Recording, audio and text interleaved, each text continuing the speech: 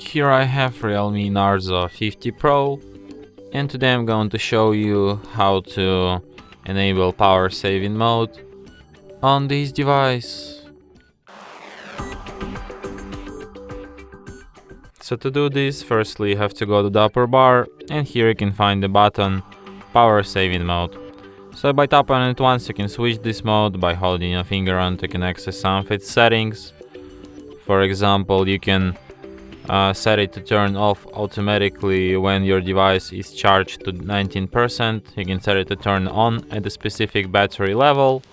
You can also change some of its default optimization, like you can reduce screen brightness, you can change auto screen off to the 15 seconds, disable background synchronization, and lower the screen refresh rate. So yeah. And that's it. Thanks for watching.